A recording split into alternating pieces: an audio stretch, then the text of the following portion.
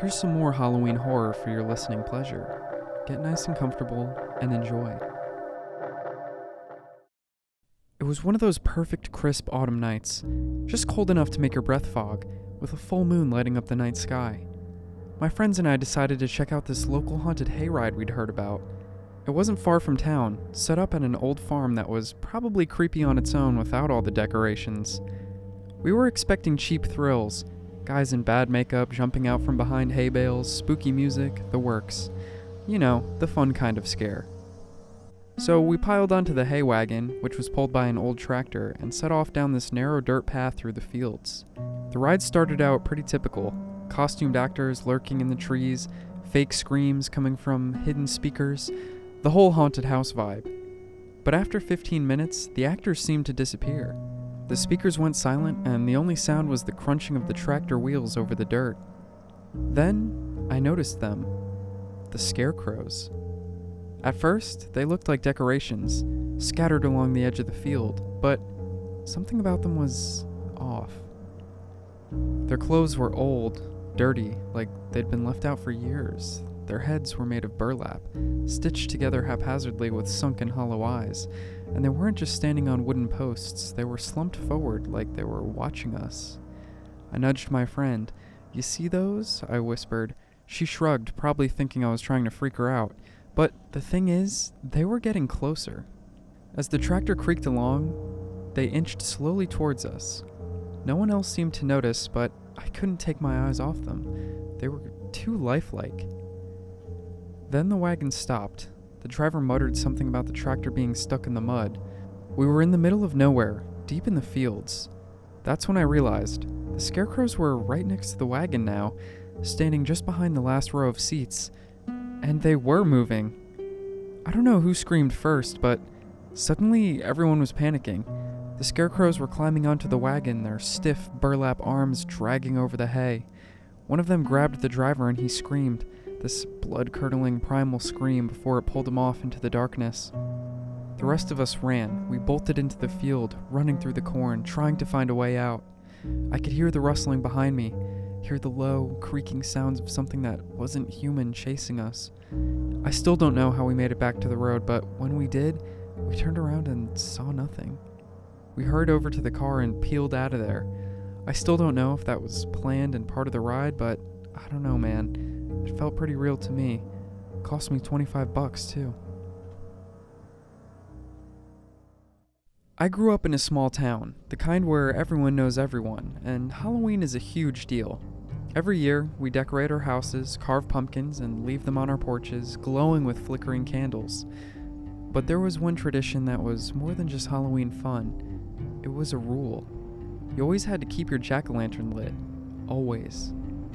The legend of the jack-o'-lantern man had been around for as long as I could remember. The story went that every Halloween he would walk the streets, carrying a glowing pumpkin head, checking to see if your lantern was still lit. If it wasn't, well, the stories varied. Some said he'd curse your house, others said he'd take someone from your family. It was all silly, of course, just an old wives' tale meant to keep kids from blowing out their candles. That's what I thought, anyway, until last year. I was feeling pretty cocky, too old to believe in ghost stories anymore, so when Halloween rolled around, I carved my pumpkin, lit it, and then just before heading inside, I blew out the candle. I stood there for a moment, smirking to myself. Nothing happened. Of course nothing happened. That night, as I was lying in bed, I heard it. The sound of footsteps outside my window. It sounded like someone was walking up the driveway. My heart started racing, but I told myself it was just some kids playing a prank. Then I saw it. The faint flicker of orange light just outside.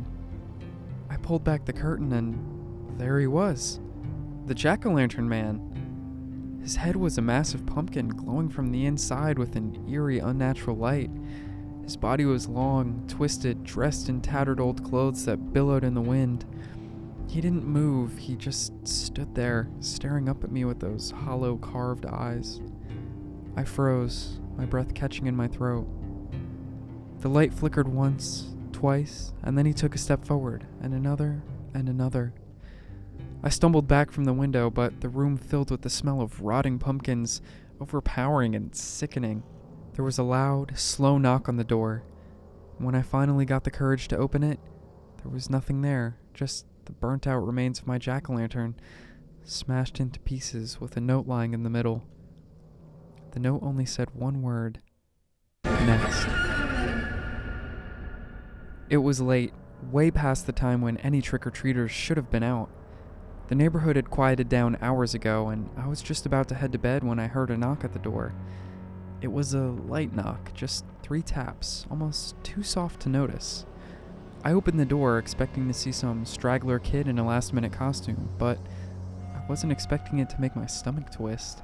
There was a child, maybe 8 or 9, standing on my porch, wearing a filthy, torn, homemade costume. Their face was hidden by a crude, hand-painted mask. It was like the mouth was stitched shut, with a strange water droplet-like nose.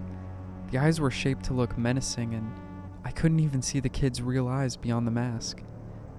"Trick or treat," the kid whispered, voice barely audible.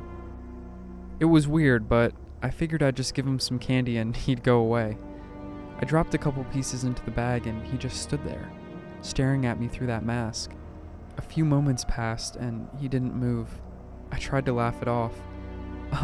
You're a bit late, kid," I said, but he didn't respond.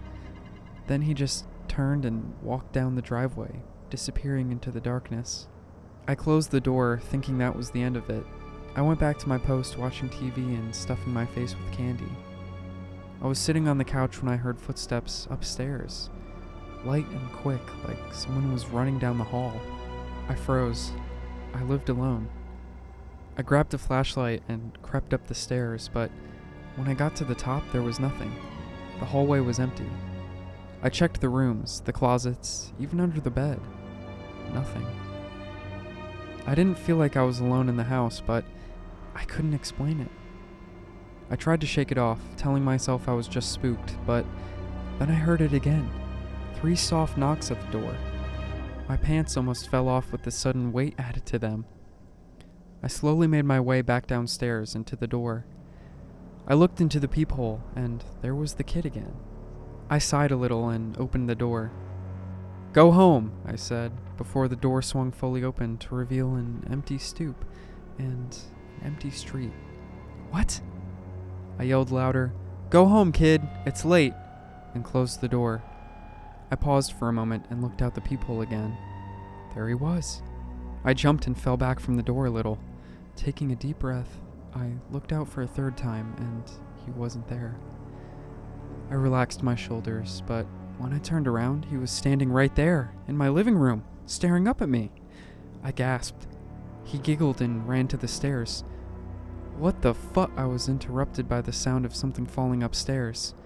I rushed up there, yelling at the kid how he needed to leave.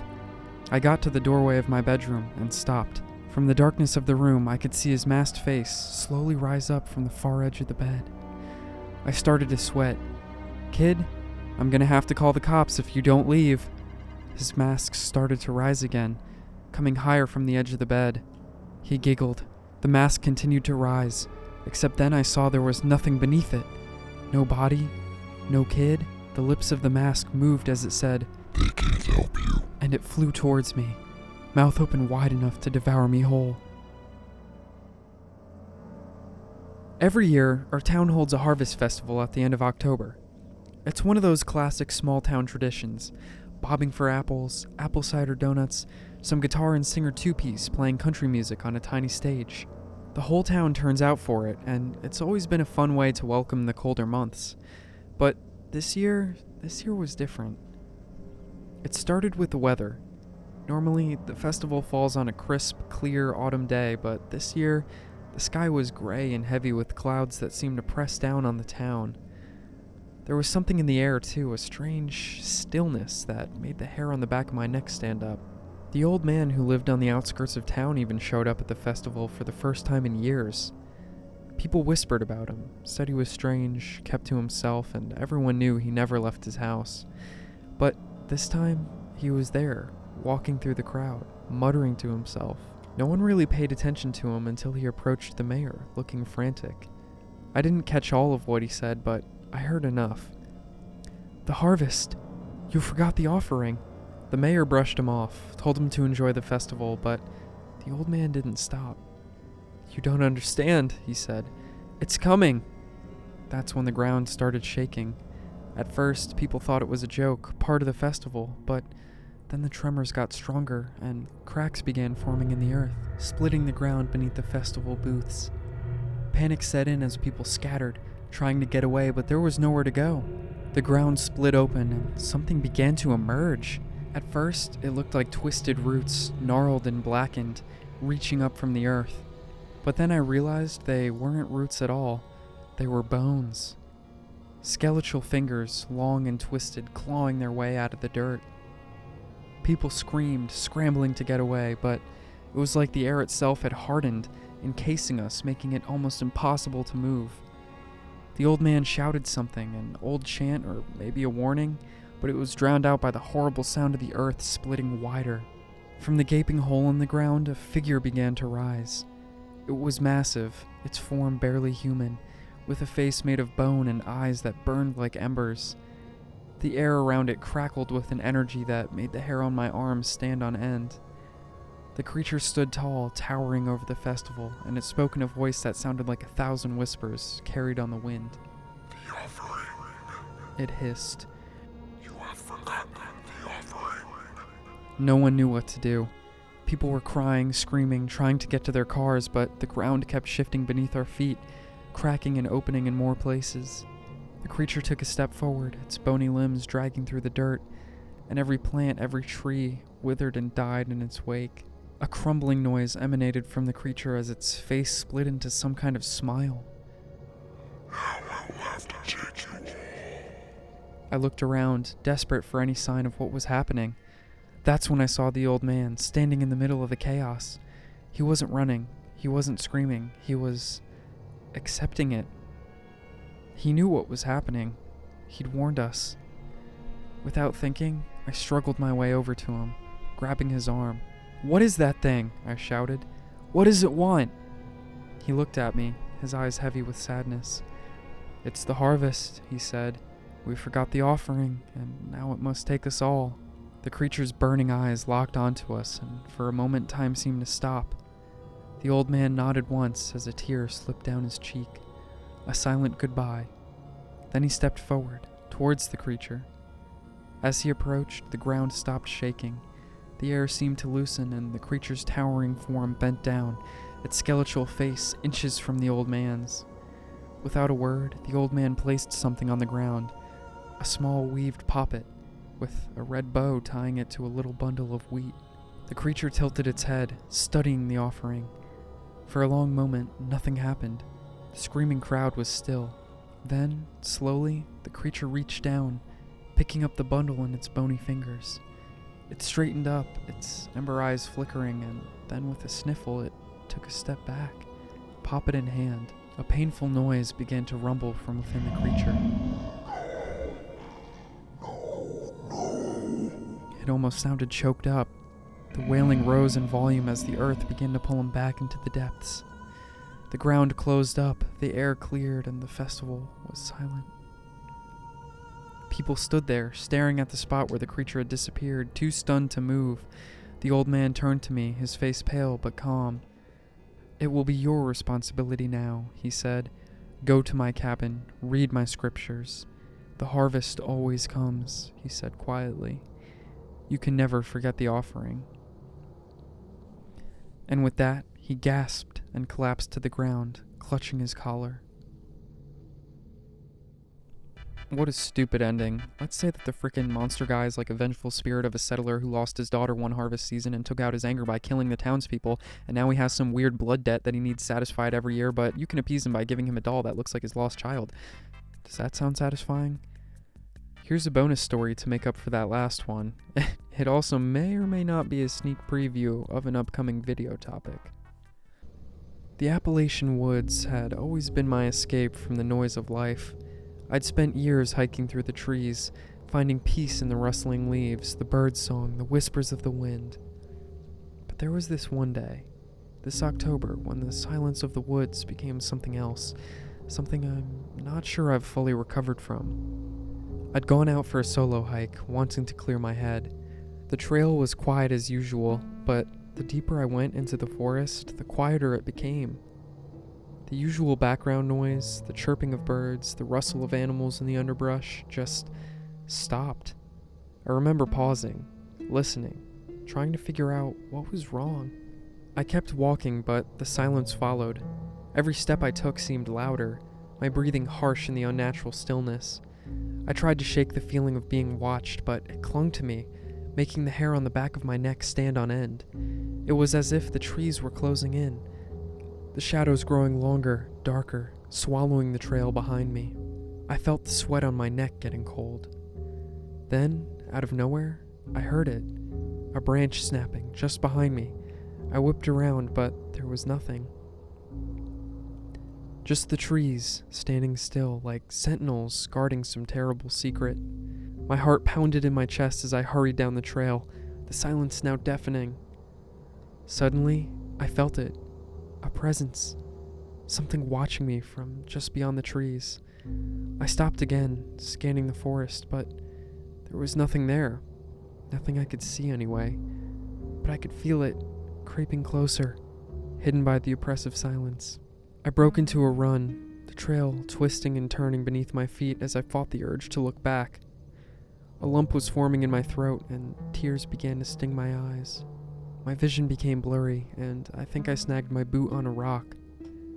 I remember falling. It felt like slow motion.